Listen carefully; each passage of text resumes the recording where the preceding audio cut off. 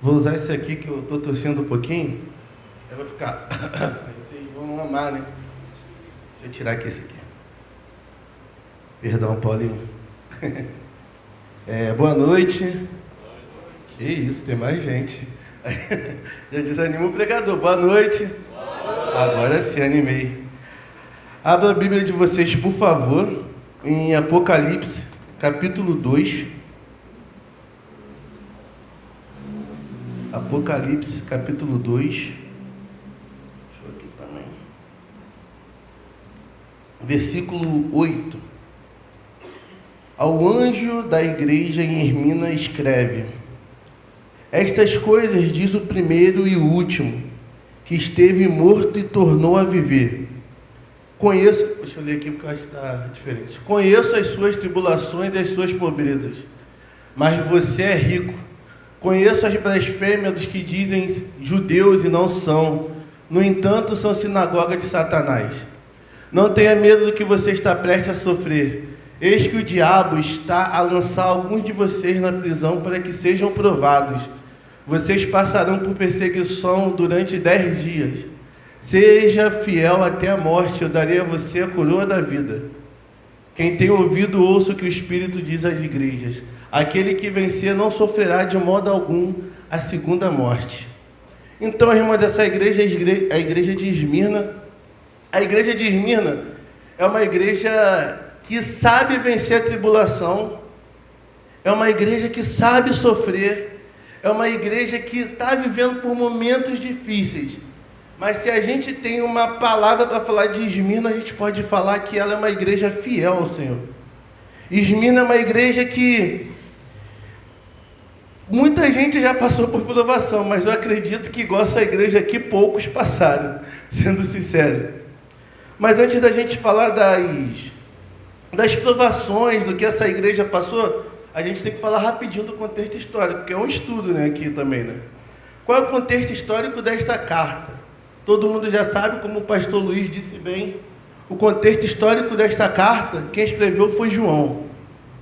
João estava preso, né? Por que ele foi preso? Porque ele estava pregando o evangelho. Então, Domiciliano, um rei, falou assim: esse cara está pregando demais, eu vou ter que prender esse cara. Segundo os historiadores, ele foi preso numa ilha chamada Patmos, irmãos. E segundo os historiadores, Patmos é uma ilha muito pequena, onde os romanos exilaram algumas pessoas. Pouca gente morava lá e só teria o contato com o resto do mundo quando o navio parava no único porto da ilha.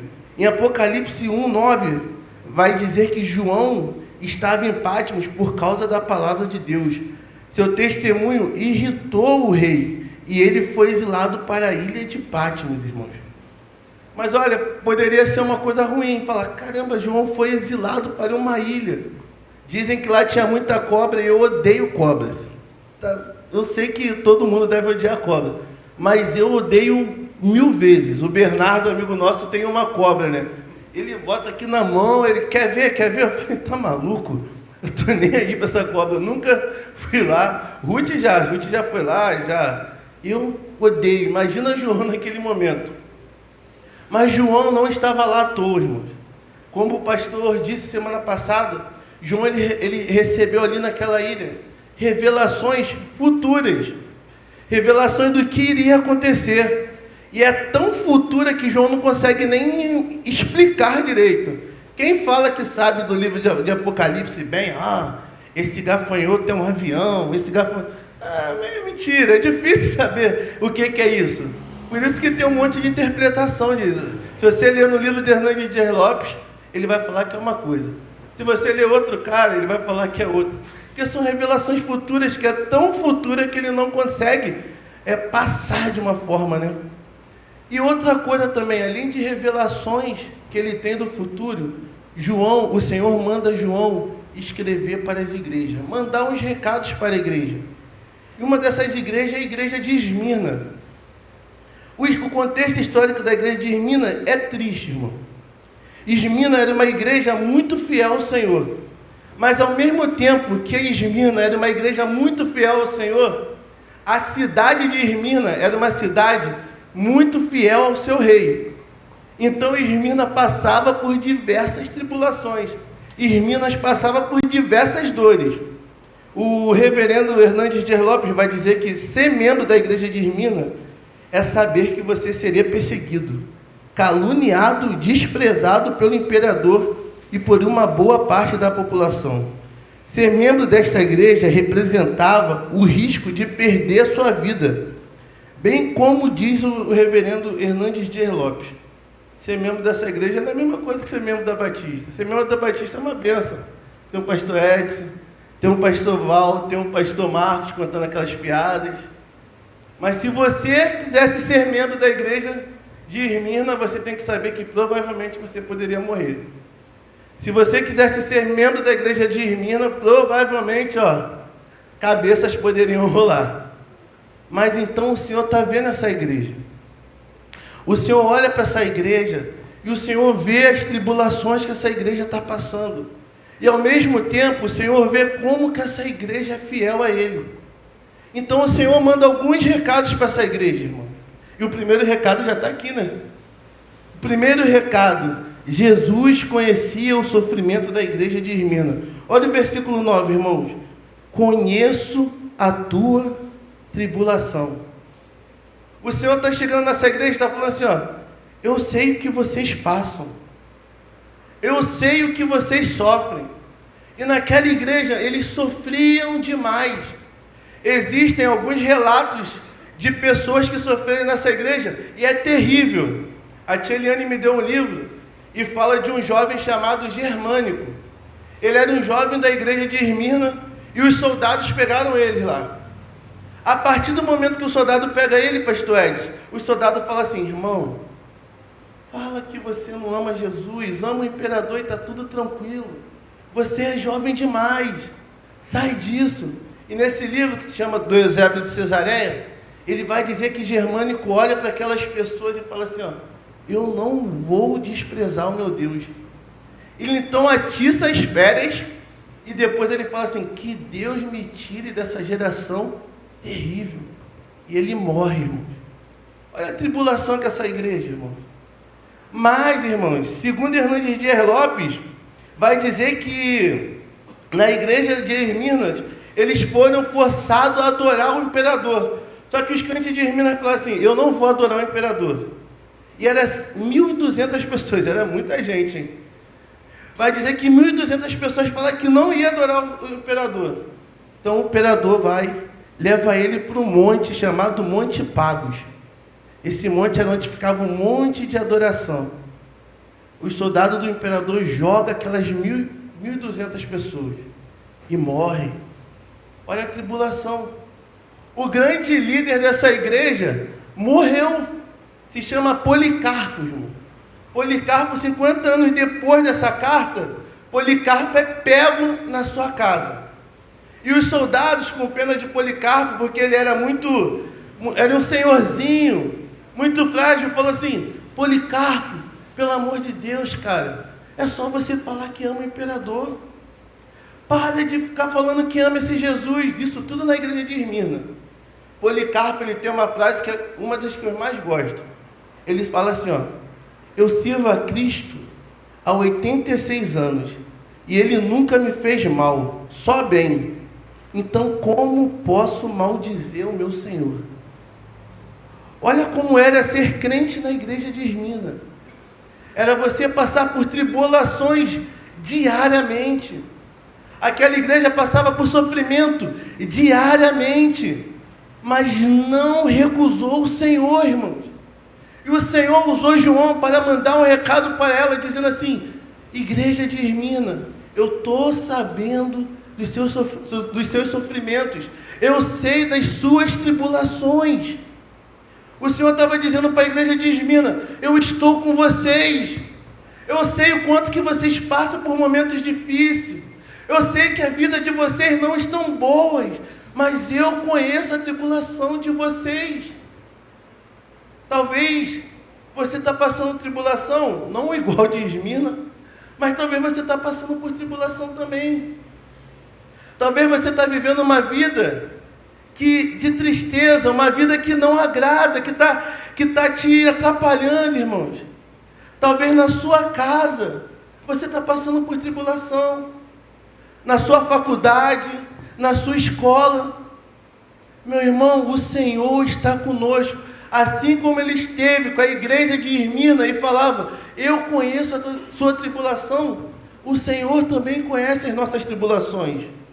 Em Salmo 22, versículo 24, vai dizer: pois não menosprezou, nem repudiou o sofrimento do aflito, não escondeu dele o rosto, mas ouviu o seu grito de socorro. O Senhor estava ouvindo o grito de Esmirna. O Senhor estava vendo as tribulações, o sofrimento que ela está passando. E ao mesmo tempo, na nossa vida também, o Senhor está vendo os nossos sofrimentos. Às vezes parece que não, porque vem um silêncio, né? A gente ora, e a gente não escuta nada. Mas o Senhor, irmãos, conhece os nossos sofrimentos. O Senhor conhece as nossas aflições. O Senhor sabe o que nós passamos. Assim como o Senhor disse para a igreja de Esmirna: eu conheço o sofrimento de vocês. O Senhor também nessa noite está falando: eu conheço o sofrimento de vocês. E são muitos sofrimentos, eu sei que é normal. Temos diversos sofrimentos nesse mundo. Talvez uma doença, falta de emprego, serviço, filho ou tio, mãe que não se converteu, e parece que às vezes a gente está sozinho. Nós não estamos sozinhos, irmão. Assim como a igreja de Esmirna tinha um Senhor, nós também temos o Senhor. E esse foi o primeiro recado que Deus deu para essa igreja: eu conheço o sofrimento de vocês. Eu sei que vocês estão passando. Eu sei que tem muita gente aí sendo presa. Eu sei que tem muita gente aí sofrendo. Eu sei que vocês estão passando e eu estou com vocês. O segundo recado de Deus, de Jesus, né, é que Ele conhecia a sua pobreza, porém eles eram ricos. Versículo 9 ainda: conheço a tribulação pela qual vocês estão passando e conheço a sua pobreza. O Senhor conhecia. Irmão, outra coisa também: se você queria ser da igreja de Esmirna, uma coisa era fato: você ia ser pobre. Normal, você que tem bilhões, provavelmente você não teria mais. Você que tem milhões, não teria mais. Lobinho, coitado, ia perder o carro certamente, não ia ter mais carona. Mas por que isso? Porque naquela época, na igreja de Esmirna, como eu falei, a igreja era muito fiel ao Senhor, mas o povo era muito fiel ao imperador. Então, toda vez que uma pessoa rica se convertia, o Estado ia lá e pegava toda a propriedade da pessoa. Obviamente, a pessoa ficava pobre. E aquela igreja de Esmirna tinha muitos escravos. Era uma igreja muito de escravo. Então, você sendo da igreja de Esmirna, provavelmente não teria dinheiro. A gente seria pobre. Quer dizer, eu ia continuar sendo pobre, né? Mas um pouco mais. Eu sou pobre, só vou ser um pouco. Eu roubar um celular, eu ia pegar meu celular, o meu contrabaixo. Tenho muitos bens, não. Então, a igreja de Esmirna era assim: se você tem uma casa, se você se convertesse ao Senhor, acabou. Sua casa seria do Estado. Se você tem um carro, acabou. Todos os seus bens, o Estado pegaria. E outra parte daquela igreja era escravos. Então, era uma igreja pobre. Mas olha que legal que o Senhor fala para eles: eu sei que vocês são pobres, conheço a sua pobreza, mas ao mesmo tempo, vocês são ricos. Mas por que o Senhor falava isso para eles? Que mesmo tendo toda a dificuldade, aquele povo era fiel ao Senhor. E muito fiel, irmãos. Se tem uma coisa que nesse tempo eu vejo internet, né? Eu gosto muito de ver internet, eu gosto muito de YouTube. A minha rede preferida, já falei, é o YouTube, irmãos. Amo o YouTube. Os vídeos. E às vezes eu fico vendo algumas coisas de pregação. E às vezes eu fico vendo algumas pessoas que eles acham que ser abençoado é uma pessoa rica. Às vezes a pessoa acha que, tipo assim, a pessoa não está na igreja, a pessoa falta igreja, a pessoa não ora mais, a pessoa não busca o Senhor, a pessoa não tem um compromisso com o Senhor, Mas quando ele chega naquele lugar, aquele evento, cheio de dinheiro, cheio de carro, e chega cheio, sabe, aquele ouro, aí as pessoas olham e falam, que pessoa abençoada. A gente tem mania de achar que, a gente não, né, irmão? Muitas pessoas têm mania de achar que somente o dinheiro é sinal de bênção. E pode ser, irmão. Mas nem isso, às vezes isso não é tudo. A igreja de Esmirna não tinha nada. Era uma igreja que enfrentava perseguição brava. Era uma igreja que perdia tudo para o Estado. Mas o Senhor olha para ela e fala assim, vocês são ricos, que mesmo vocês não tendo nada, vocês continuam fiel ao Senhor. Irmãos, dinheiro não é tudo. É importante termos. Não estou aqui pregando aqui para você viver uma vida franciscana, não. Não é isso que eu estou falando. Mas eu estou falando que dinheiro não é a única medida que demonstra que o cara é abençoado por Deus. Não pode ser. Ele não pode ser. Porque, e muitas teologias têm feito isso, irmão. Se tem uma teologia que eu não gosto, é a teologia da prosperidade. É uma teologia que se ela está na direita, eu vou para a esquerda. Se ela está na esquerda, eu vou para a direita. Porque é uma teologia que diz que o bem é o mais importante. Que o bem te torna abençoado. E isso é preocupante, irmãos. Na igreja de Esmirna, eles eram pobres, mas eles eram fiéis ao Senhor. E é isso que o Senhor vê no final. Não estou dizendo aqui que você não pode ganhar dinheiro. Não é isso que eu estou dizendo, pelo amor de Deus. Não estou dizendo aqui que é errado ganhar dinheiro. Não é isso. Eu estou dizendo que quando você é fiel apenas no dinheiro, você está pecando. E eu vou pegar aqui abra comigo lá em... Deixa eu pegar aqui a parte de Tati, eu acho. É Apocalipse 3, versículo 17. Eu não sei quem fala de Laodiceia, mas já peço perdão. Tatiane? Glauber está aí, pede perdão a ela, já que eu vou pegar uma partezinha aqui dela. Abre pra gente, bota pra gente, Led. Essa igreja, a Tatiane vai pregar, essa igreja de Laodiceia é a igreja mais rica. Pensa bem, o colírio, existia na época, fábrica de colírio, ficava em Laodiceia. Em Laodiceia existia lã, fábrica de lã, ficava em Laodiceia. Laodiceia era uma das igrejas mais ricas que existia. Rios tinham lá, tinha um monte de coisa, eu não vou falar mais para não atrapalhar a Tati.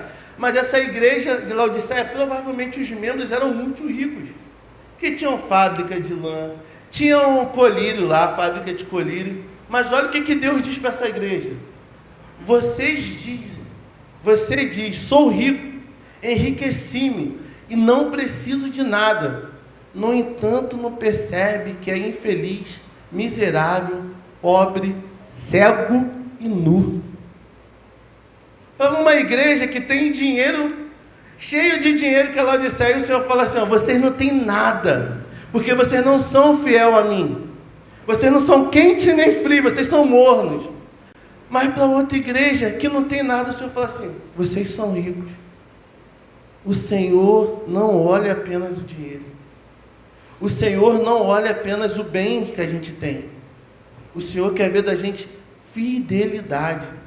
E a igreja de Esmirna é uma igreja fiel, irmão. Fiel ao Senhor. Tu pode vir aqui na igreja, irmão, todo dia. Tu pode ter o melhor carro do mundo. Você pode dar para a igreja aqui, ó, os melhores ar-condicionados. Pode ter o melhor telão. Mas se não formos fiel ao Senhor, nós somos miseráveis, pobres, cegos e nus. Tá correndo lá, o pessoal, pô, me dá uma moral aí assistindo. Calma aí, tem que correr lá com o pessoal, já botou até um cronômetro ali para mim, irmão. Tá difícil pregar na Batista. Pô, fui chamado para pregar na Assembleia, foi 5 horas. Preguei, terminei, os caras falaram assim, um pouquinho mais. Tô brincando, mas eu tenho 15 minutos. O terceiro recado para a igreja de Esmirna é que ele conhecia as blasfêmias dos judeus. E isso é muito importante, irmãos. A igreja de Esmirna, em primeiro lugar, era uma igreja que passava por tribulações. Em segundo lugar, era uma igreja que perdia todos os seus bens. Mas em terceiro, eu acho que também é uma coisa que sofre muito. Essa igreja era muito caluniada. pelos romanos e pelos judeus. Pensa numa igreja caluniada, irmãos, era a igreja de Esmirna. Os judeus e os romanos inventaram muitas histórias dessa igreja. E olha a primeira história. Os judeus falaram que os crentes de Esmirna comiam pessoas, eram canibais. Falaram assim, esses irmãos aí são canibal. Mas por que isso? Porque eles pegaram o versículo lá, comer, beber do meu sangue, comer do meu corpo. Eles começaram a espalhar mentira. Então os judeus olhavam para o cristianismo e falavam assim, que isso, olha como esses caras são, eu não quero ser igual a eles. Isso os judeus sempre faziam. Outra coisa que os judeus faziam que era errado, falaram que a gente era ateu. Porque em Roma, eles não tinham só um Deus. Você tinha que adorar o imperador em primeiro lugar, mas aí tinha um monte de imperadores. Podia adorar Deus água, Deus sol, mas o imperador tinha que ser em primeiro lugar. Os cristãos falavam que só adoravam o Pai, o Filho e o Espírito, e eles são um só. Então eles começaram a falar, tá vendo? Os cristãos são ateus em Romanos. Cuidado. Outra mentira que eles espalhavam da gente, falaram, eles são separadores de família também. Por que isso? Porque quando a gente se convertia, obviamente os romanos não iam gostar disso, que eles tinham suas outras religiões. Então eles chegavam e falavam, tá vendo? Eles querem separar a família, eles se convertem para ter briga na família. Irmãos, cheio de calúnia. E se vocês olharem o Velho Testamento, os judeus amavam caluniar os cristãos. Com Jesus se entregou, mas quem foi usado para caluniar Jesus? Os judeus. Quem foi usado para tacar pedra em Estevão? Os judeus. Quem caluniou Paulo? Os judeus. Os judeus amavam caluniar as pessoas. E isso, irmãos, com todo respeito, a gente tem que tomar cuidado. Que o Senhor olha, o João, ele vai escrever muito severamente para essa igreja. O João vai falar assim, versículo 9, né? E a blasfêmia dos que se declaram judeus, e não são, sendo isto, sim, sinagogas de Satanás. João está falando, eles não são nem judeus. Eles não vêm nem de Abraão. Eles são sinagogas de Satanás, porque são caluniadores. Como que a calúnia é uma coisa perigosa, irmão? Caluniar o irmão é uma coisa muito perigosa. E a gente tem que tomar muito cuidado, irmãos, quando a gente vai caluniar o irmão. Essa igreja, sabe como que o Policarpo morre? Provavelmente, dizem que os judeus colocam Policarpo em uma fogueira, e nessa fogueira os judeus começam pegando pedra e tacando nele, e caluniando Policarpo. O homem de Deus foi morto por calúnia, 50 anos depois dessa carta. Talvez você está sendo caluniado, muita gente é caluniado, mas assim como Deus conhecia esses judeus que caluniaram, Deus também conhece essas pessoas que caluniam. Seja fiel ao Senhor. Deixa as pessoas te caluniarem, irmão. Não precisa brigar, o Senhor sabe. O Senhor sabe o que você está fazendo. Talvez você está sendo caluniado, mas talvez você está sendo outro. Talvez a gente está caluniando pessoas. Estamos falando mal, estamos destruindo pessoas. E a gente tem que tomar cuidado, irmãos. Quer ver um lugar que a gente tem que tomar cuidado? Tenho 10 minutos, estou terminando. Um lugar que a gente tem que tomar cuidado, na célula. Um lugar que você tem que tomar cuidado. Poxa, eu odeio o pastor Val. Pô, pastor Val, isso, aquilo. Você está caluniando o seu pastor. Na frente dos outros, caluniar o pastor Edson, caluniar o pastor Marcos, caluniar o irmão. Cuidado, irmãos. Nas resenhas que a gente tem cuidado. Cuidado. O Lucas é um mau líder, então os adolescentes, aqui, cuidado, que você pode se tornar uma sinagoga de Satanás. Sinagoga eram reuniões, era onde existia o culto dos judeus, e o João está falando, eles são sinagoga de Satanás, eles só caluniam as pessoas. A gente tem que tomar cuidado, irmão. Eu só falo comigo, todo mundo. Às vezes a gente fala uma coisa que não é para falar. Cuidado. A gente tem que amar nossos irmãos. por causa de calúnia, muitas pessoas morreram em Esmirna. Talvez você não está matando as pessoas mais com morte física, mas talvez através de uma calúnia a gente mata um irmão espiritualmente. Talvez por causa de calúnia a gente pode deixar um irmão triste, depressivo. A gente pode ser usado por Satanás. Não estou falando aqui que você é o Satanás, mas deixar ser usado por ele. O Senhor odeia isso, toma cuidado. Nas nossas reuniões temos que tomar cuidado. Isso eu digo geral, isso é para mim, isso é para você, isso é para todos nós. Já aconteceu isso, irmãos. Já aconteceu isso. E a gente tem que tomar muito cuidado com essas coisas. Calúnia. Os judeus caluniaram aquela igreja e muita gente morreu. No versículo 10, o João começa a falar mais coisas. Não tenha medo das coisas que você vai sofrer. Eu gosto de Jesus, que o recado são: eu conheço vocês, eu estou vendo isso tudo. Mas Jesus, ele é bem sincero com essa igreja. Ele vai falar assim, eis que o diabo está para lançar alguns de vocês na prisão, para que vocês sejam postos à prova e passem por uma tribulação de 10 dias. Seja fiel até a morte, eu lhe darei a coroa da vida. Em Esmirna era muito normal também o esporte. Lá tinha muito esporte. E na época, a Grécia, ela estava muito na cultura, né, romana, estava na cultura em geral, de todos os povos. E no esporte, como todos sabem antigamente, ganhava uma coroa de louro. E era uma coroa, o campeão ganhava uma coroa de louro. Ele ficava. Jesus está falando assim, sejam fiel até a morte. Vocês vão passar por desafios. Satanás vai tentar atrapalhar vocês de qualquer forma.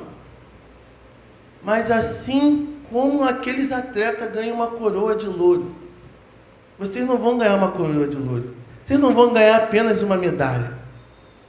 Vocês vão ganhar uma coroa da vida. Eu não posso te prometer, irmão, que nessa terra você vai ser a pessoa mais rica do mundo. Eu não posso te prometer que nessa terra você vai ter 10 carros. Eu não posso te prometer nessa terra que você vai ter um monte de coisa. Mas uma coisa eu tenho certeza que você vai ter: uma coroa de vida com o Senhor. Talvez está difícil a sua vida, irmãos. Talvez você está vivendo, não da mesma forma, mas as mesmas coisas que a igreja de Esmirna viveu. Talvez você está passando por muitas tribulações.